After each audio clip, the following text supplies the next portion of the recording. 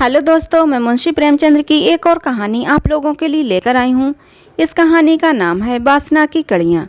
चलिए कहानी शुरू करते हैं। मुल्तान की लड़ाई को जीतने के बाद घमंड में चूर कासिम चला आ रहा था। शाम हो गई थी और सारा लश्कर आरामगाह की तलाश में था, लेकिन कासिम अपने मालिक की सेवा करने के ख्यालों में था। वो उन तैयारियों के बारे में सोच रहा था जो उसके स्वागत के लिए दिल्ली में की गई होंगी। सड़कें झंडियों से सजी होंगी, गलियों, चौराहों और नौबत खाने, फाटक या द्वार के ऊपर का वो स्थान जहाँ वाद्य यंत्र बजाए जाते हैं उसे नौबत खाना कहते हैं, के ऊपर गीत गाए जाएंगे। जैसे ही मैं शहर के अंदर दाखिल होऊंगा, शहर भर में मेरे स्वागत के लिए लोग खुशी से चिल्लाने लगेंगे। तोपों की सलामी दी जाएगी। शहर की सारी सुंदर स्त्रियां मुझे ही देखेंगी और मेरे ऊपर फूलों की बारिश करेंगी। बड़े बड़े लोग मेरे स्वागत के लिए महल के द्वार तक आएंगे। मेरे दरबार में पहुंचते ही हुजूर जैसे ही मुझे गले लगाने के लिए उठेंगे, मैं उनके पैरों को चूम लूँगा। आह, वो समय कब आएगा।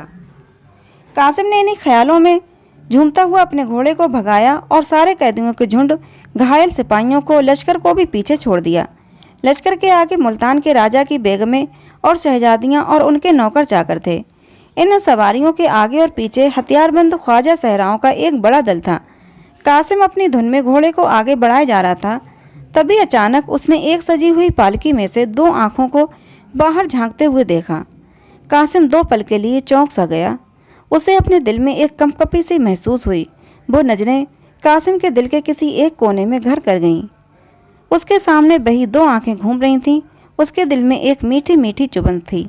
एक बेसुधी सी होने लगी। उसका रोने को मन कर रहा था। उसके दिल में दर्द का एहसास जाग गया था, जो प्यार की पहली मंजिल होती है। थोड़ी देर बाद कासिम ने हुक्म दिया, आज हमारा यहीं ठहराव होगा। आधी रात गुजर चुकी थी और लगभग सारे लश्कर के आदमी गहरी नींद सो चुके थे। पड़ाव के चारों ओर मशालें जलती दिख रही थीं। जो जवान सुरक्षा में थे वो भी जम्हाइयाँ ले रहे थे, लेकिन एक कासिम था कि उसकी आंखों में नींद बिल्कुल न थी। वो अपने आरामदायक खेमे में बैठे हुए सोच रहा था कि क्या उस स्त्री को एक नज़र देख लेना कोई गुनाह है। माना कि वो मुल्तान की शहजादी हैं और मेरे हुजूर उसे अपने महल में रखना चाहते हैं, लेकिन मेरी इच्छा तो बस उन्हें देखने भर की है। अगर ये गुनाह है तो मैं ये गुनाह करूँगा।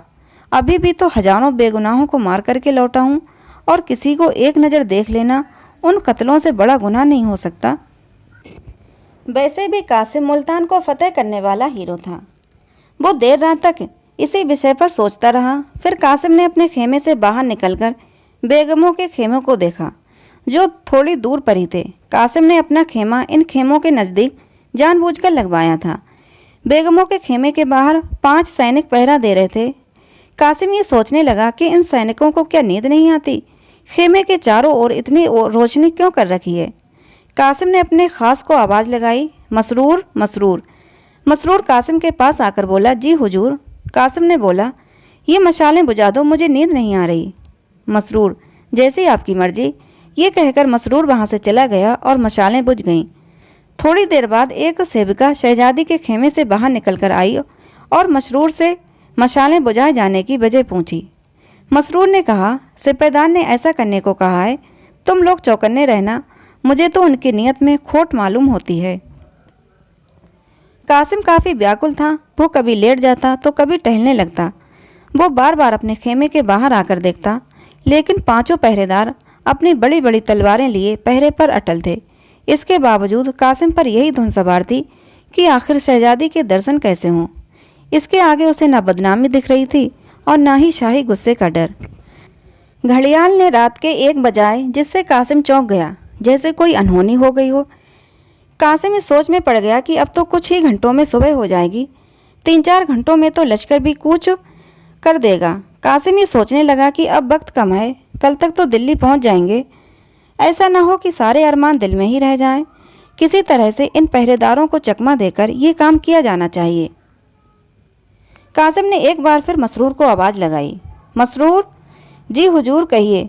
कासिम, बाहर कैसी ठंड है, नींद आ रही होगी ना। मसरूर, जी नहीं, जब आपने ही आराम नहीं किया तो मुझे नींद कैसे आ सकती है। इस पर कासिम ने कहा, मसरूर, मैं तुम्हें कुछ तकलीफ देना चाहता हूँ। तुम्हारे साथ जो ये 5 आदमी हैं, जरा उनके साथ लश्कर का चक्कर लगा आना। रात में कुछ सिपाही जुआ या फिर पास के गांव में चले जाते हैं, पर काम जरा होशियारी से करना। मसरूर, पर हुजूर यहाँ तो पहरेदारी के लिए कोई नहीं बचेगा। कासिम, जब तक तुम नहीं आ जाते तब तक मैं यहाँ रहूँगा। मसरूर ने धीमी आवाज़ में कहा, हुजूर मैं आपकी सभी चालों को समझता हूँ। इसके बाद पांचों सैनिक लश्कर की तरफ चले गए। रास्ता साफ था, लेकिन अब कासिम को इस बात का ध्यान आया कि अंदर जाना उतना आसान नहीं है जितना वो समझ रहा था। अब चारों तरफ सन्नाटा था और कासिम दबे पांव शहजादी के खेमे की ओर आया। खेमे के पास आकर पहले कासिम ने यह तसल्ली कर ली कि कोई हो ना। जब उसे इत्मीनान हो गया तो उसने चाकू निकाला और कांपते हुए खेमे की रस्सियां काट दी। अब खेमे के अंदर जाने का रास्ता बन गया तो उसने अंदर एक दीपक जलता हुआ देखा और फर्श पर सोई हुई 2 दासियों को पाया। शहजादी एक आरामदायक मखमली गद्दे पर लेटी हुई थी। कासिम ने अपनी हिम्मत बढ़ाई और सरक कर खेमे के अंदर घुस गया। वो दबे पांव शहजादी के पास गया और उसे देखने लगा। जब उसके अंदर वो डर कहीं था जो खेमे के अंदर घुसते वक्त था, वो ख़त्म हो गया। करीब 1 मिनट तक बिना पलक झपके कासिम शहजादी को देखता रहा। कासिम शहजादी की खूबसूरती को देखकर देखता ही रह गया। उसकी बेचैनी ने अब इच्छा का रूप धारण कर लिया। इस बेचैनी में एक व्याकुलता थी, एक पीड़ा थी जो उसे आनंद दे रही थी। कासिम का दिल उस खूबसूरत शहजादी के पैरों में सिर रखने का कर रहा था। रोने को हो रहा था, यहाँ तक कि उसका दिल उस सुंदरी के कदमों में अपनी जान देने का कर रहा था। उसके मन में अजीब सा एहसास होने लगा और वो वासना की लहरों में फंसता चला गया। करीब आधे घंटे तक उस सुंदरी के पैरों के पास अपना सिर झुकाए बस यही सोचता रहा कि आखिर कैसे उसे जगाए। वो जैसे जैसे करवट बदलती, कासिम का कलेजा मुंह को आ जाता। कासिम ने जिस दिलेरी, जिस बहादुरी से मुल्तान को जीता था, धीरे धीरे वो दिलेरी उसका साथ छोड़े जा रही थी। फिर अचानक कासिम ने एक गुलाब जल रखने के पात्र को गुलाबपोश कहते हैं को देखा जो एक चौकी पर रखा हुआ था। उसने गुलाबपोश उठाया और फिर सोच में पड़ गया कि शहजादी को जगाऊं या नहीं। अंत में हिम्मत कर कासिम ने शहजादी के चेहरे पर गुलाब जल के कई छींटे डाले, जिससे शहजादी की नींद खुली और उसने अपने सामने कासिम को पाया। कासिम को देखकर उसने फौरन अपने चेहरे पर नकाब डाला और धीरे से मसरूर को आवाज़ लगाई। इस पर कासिम ने कहा, जी मसरूर तो यहाँ नहीं है, लेकिन आप मुझे अपना ही खादिम समझिए। शहजादी ने अपना नकाब ठीक किया और खेमे के एक कोने में जाकर खड़ी हो गई। कासिम को आज पहली बार अपनी वाक शक्ति को लेकर ये एहसास हुआ कि वो कितना गंभीर आदमी है। उसे अपने जज्बात बयां करने में हमेशा झिझक होती थी। कासिम ने कहा, मैं जानता हूँ कि मैंने गलती की है। आप इसकी जो सज़ा सही समझे वो मुझे मंजूर होगी। कासिम ने शहजादी के सामने आह भरते हुए कहा, मैं ही वो बदनसीब इंसान हूँ जिसने आपके बुजुर्ग पिता और भाइयों को मारा है। मेरे ही हाथों से मुल्तान के हजारों जवान भी मारे गए, सल्तनत तबाह हो गई और आपको ये दिन देखना पड़ा। लेकिन आपका ये मुजरिम आपके सामने है। आपके एक इशारे पर मैं आपके लिए न्यौछावर हो जाऊंगा। मुझे ये आज मालूम हुआ कि कैसे बहादुरी के पर्दे में मन की इच्छा इंसान से किस तरह के पाप करवाती है। काश मेरी ये आंखें पहले खुली होती। कासिम ने अपने दिल का सारा हाल शहजादी के सामने कह दिया। भावनाओं में उसने अपने दिल की पीड़ा का ऐसा वर्णन किया कि उसके पास जो शब्द थे वो भी ख़त्म हो गए। अपने दिल की बात कहने की उसकी सारी इच्छा पूरी हो गई। कासिम वहाँ से हिला तक नहीं, बल्कि उसने अपनी आरजुओं के लिए एक कदम और आगे बढ़ाया। मेरे इस पूरे विवरण का फ़ायदा ही क्या? अगर हाले दिल ही सुनाना होता तो किसी तस्वीर को सुना देता। वो तस्वीर मेरी कहानी को ज़्यादा ध्यान से और खामोशी से सुनती। कासिम के दिलो दिमाग में बस यही चल रहा था कि काश मैं भी इस सुंदरी की आवाज़ सुन पाता। मेरे इस दर्द का उसके दिल पर क्या असर हुआ ये मालूम हो पाता। काश उसे इस बात का एहसास होता कि जिस आग में मैं जल रहा हूँ उसकी थोड़ी सी आंच उधर भी पहुँच पाती। उसकी आवाज़ कितनी मीठी होगी। इस सुंदर शहजादी की आवाज़ सुनने में कितना मज़ा आएगा। अगर कहीं वो भी मुझसे प्यार करती होगी तो फिर मुझसे खुशनसीब इस दुनिया में कोई और न होगा। इन्हीं ख्यालों में कासिम दिल ही दिल खुश हुए जा रहा था। इन सब के बीच कासिम के दिल में 2 दासियों के जागने और मसरूर के वापस आ जाने की भी धक धक लगी हुई थी। कासिम ने कहा, ऐ हुस्न की मलिका, ये खादिम आपकी कृपा का अधिकार रखता है, इस पे कुछ रहम नहीं करेंगी आप? इस पर शहजादी ने नकाब के अंदर से ही कहा, जो खुद रहम पाने का अधिकारी हो वो दूसरों पर क्या रहम करेगा? मैं वो पंछी हूँ जिसके ना बोल हैं और ना पर हैं। शहजादी ने कहा, मुझे मालूम है कि कल शाम को मैं उस जालिम बादशाह के आगे हाथ बांधे खड़ी रहूंगी। कौन शख्स ऐसी ज़िंदगी की इच्छा रखेगा? आगे शहजादी ने आह भरते हुए कहा, मुल्तान की शहजादी एक जालिम और पापी इंसान की वासना का शिकार होने को मजबूर है। आप मुझे मेरे हाल पर छोड़ दीजिए। मैं तो हूँ ही बदनसीब, ऐसा ना हो कि आपको भी मेरे साथ साथ शाही गुस्से का शिकार बनना पड़े। दिल में तो बहुत बातें हैं, पर क्यों कहूँ, उससे क्या ही हासिल हो। आप बहादुर भी हैं और आप में खुददारी भी है। खुदा आपको बरकत दे। मुझे आपसे कोई शिकायत नहीं है। मुझे आज मालूम हुआ कि मोहब्बत कितनी पाक है, जो उस दामन में भी मुँह छुपाने से परहेज नहीं करती जो मेरे अपनों के खून से सना पड़ा है। आपसे मेरी बस यही विनती है कि आप इस गरीब को भूल मत जाना। ये पल मेरे दिल में हमेशा एक मीठी याद बनकर रहेगा। उस कैद में यही सपना मेरे दिल को सुकून दिया करेगा। अब आप इस सपने को तोड़िए मत और खुदा के वास्ते जाइए यहाँ से, इससे पहले कि मसरूर आ जाए। वो बड़ा ही जालिम किस्म का है। मुझे तो ये आशंका है कि उसने आपको धोखा दिया है। इसमें भी कोई शक नहीं है कि कहीं वो यहाँ न छिपा बैठा हो। उससे आप थोड़ा होशियार रहिएगा। अब आप जाइए, खुदा हाफिज। ये सब सुनने के बाद कासिम ख्यालों में डूब गया। उसने जो कभी सपनों में भी नहीं सोचा था वो पूरा हो गया। वो गर्व से फूला न समा रहा था। वो अपने आप को दुनिया का सबसे खुशकिस्मत इंसान समझ रहा था। कासिम के दिल ने कहा, मैं इस खूबसूरत स्त्री के लिए क्या कुछ नहीं कर सकता। मैं क्यों डरूं बादशाह से। मैं बादशाह का गुलाम नहीं हूँ। मेरी बहादुरी की किसी भी दरबार में कद्र हो सकती है।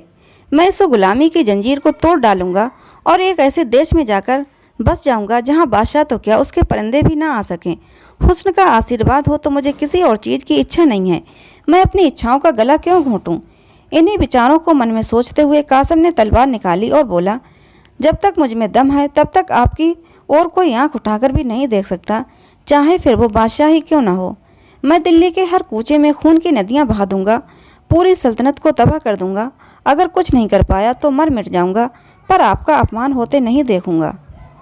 शहजादी धीरे धीरे कासिम के करीब आई और बोली, आप पर पूरा भरोसा है मुझे, पर आपको मेरे लिए थोड़ा तो सब्र करना होगा। आपकी खातिर मैं हर तरह की तकलीफ़ सह लूँगी। आपका प्यार ही मेरी हिम्मत बनेगा। इस बात का यकीन है कि आप मुझे अपना समझते हैं, मेरा सहारा बनेंगे। न जाने तकदीर हमें फिर मिलाए या ना। इस पर कासिम ने अकड़ते हुए कहा, हम लोग दिल्ली जाएं ही क्यों, हम भरतपुर जा सकते हैं। शहजादी ने कहा, पर हिंदुस्तान से बाहर थोड़े ना जा सकते हैं। जंगलों और वीराने में ज़िंदगी चैन से नहीं बीतेगी। आप वो असलियत से मुंह मत मोड़िए। माना खुदा ने आपको बहादुरी बख्शी है, पर तैगे इस फानी भी तो पहाड़ से टकराएगी तो टूट ही जाएगी। शहजादी की बात सुनकर कासिम का जोश थोड़ा ठंडा हुआ। कल्पना की दुनिया का जो भ्रम उसकी आंखों पर था वो हट गया। उसे अपनी बेबसी साफ साफ दिखाई देने लगी। कासिम बोला, अगर आपको मेरे साथ जंगलों में ज़िंदगी बिताना पड़े तो क्या। मोहब्बत में तो दुनिया की नेमतें भी फीकी लगती हैं। इस पर शहजादी ने कहा, पर मुझे ये मंजूर नहीं कि अपनी भलाई के लिए मैं आपकी जान खतरे में डालूं। खुदा वो दिन कभी न लाए जिससे कि आपका बाल भी बांका हो। आपकी खैरियत और बहादुरी की खबरें ही मुझे उस कैद में तसल्ली देंगी। मैं आपकी खातिर वो सब सह लूँगी, ताकि अगर कभी मौका मिले तो आपसे दो चार बातें कर सकूं। ये सब सुनने के बाद भी कासिम वहाँ से हिला तक नहीं। उसकी इच्छाएं उम्मीद से बढ़कर पूरी हुई जा रही थीं। उसने सोचा कि अगर मोहब्बत की ये बहार चंद लम्हों की मेहमान है तो फिर उन लम्हों को आगे का सोचकर बर्बाद क्यों करना। अगर तकदीर में इस हुस्न की मलका को पाना नहीं लिखा है तो फिर ये मौका क्यों हाथ से जाने दूं। कौन जाने मुलाकात का मौका फिर मिले या ना मिले। ये सब सोचने के बाद कासिम ने कहा, अगर आपका यह आखिरी फैसला है तो मेरे लिए सिवाय मायूसी के क्या चारा रहेगा। पर बस आप एक पल के लिए ही सही मेरे पास आकर बैठ जाइए, ताकि मेरे बेकरार दिल को थोड़ी तसल्ली मिल जाए। आइए एक पल के लिए हम ये भूल जाएं कि जुदाई की ये घड़ी हमारे सामने खड़ी है। आइए ये पल साथ मिलकर बिताएं। आप अपने खूबसूरत हाथों से हमें शराब पिलाएं। कासिम सब चीज़ों से बेखबर शराब पीता रहा। उसने इतनी शराब पी ली थी कि उसकी गर्दन झुक गई और आंखें लाल हो गईं। वो पूरी तरह से नशे में था। फिर अपनी लालसा भरी आंखों से वो शहजादी की तरफ बढ़ा ही था कि घड़ियाल ने सुबह के 4 बजाते हुए जोर से कूच के डंके को बजाया, जिसकी दिल छेदने वाली आवाज़ कासिम के कान में टकराई। कासिम की बाहें खुली की खुली रह गईं। दासियां भी उस उठ बैठीं और शहजादी भी वहाँ से उठ खड़ी हुई। बेचारा कासिम अपने दिल की इच्छाएं लिए खेमे से बाहर निकल आया। जब वो अपने खेमे में आया तो उसका दिल कई सारी इच्छाओं से भरा हुआ था। उससे रहा नहीं गया और कुछ देर बाद उन इच्छाओं ने लालसा का रूप भरा और जब वो बाहर निकला तो उसका मन बुरी इच्छाओं और लालच से भरा हुआ था। उसके मन की इच्छाएं उसकी आत्मा के लिए लोहे की जंजीर बन गई थीं। शाम का वक्त था और दिल्ली की सड़कें झंडियों से सजी हुई थीं, जिन पर कासिम मुल्तान के मोर्चे को जीतकर गर्व के नशे में चूर चला आ रहा था। गुलाब और केवड़े के फूलों की खुशबू दिल्ली की सड़कों पर चारों ओर फैली हुई थी। नौबत खानों में सुहाना राग गाया जा रहा था। तोपों ने मोर्चों की अगुवाई में अपनी आवाज़ बुलंद की। नगर की सुंदरियां खिड़कियों से देख रही थीं। फूलों की बारिश हो रही थी। जब कासिम शाही महल के पास पहुंचा तो बड़े बड़े अमीर लोग उसके स्वागत के लिए कतार में बंधे खड़े थे। ऐसे सत्कार के बीच जब वो दीवाने खास में पहुंचा तो उसका दिमाग उस वक्त सातवें आसमान पर था। बादशाह के पास पहुंचते ही उसने शाही तख्त को चूम लिया। बादशाह भी मुस्कुराते हुए अपने तख्त से उतरे और कासिम को गले लगाने के लिए आगे बढ़े। कासिम अपने हुजूर के पैर चूमने के लिए झुका ही था कि मानो उसके सिर में एकाएक जैसे कोई बिजली गिरी। बादशाह का खंजर उसकी गर्दन पर पड़ते ही उसका सिर शरीर से अलग हो गया।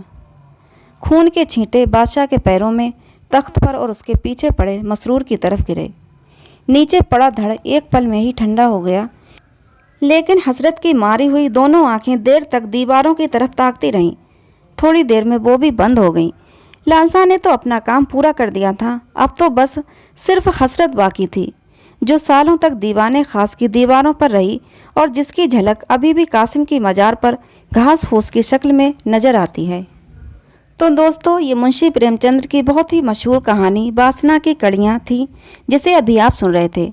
इस कहानी से हमें ये सीख मिलती है कि वासना बड़े से बड़े बहादुर व्यक्ति को भी उसके अंत की ओर ले जाती है। किसी भी स्त्री को बुरी नज़र से देखने वाले व्यक्ति का कभी भी भला नहीं होता, बल्कि उसका अंत ही होता है।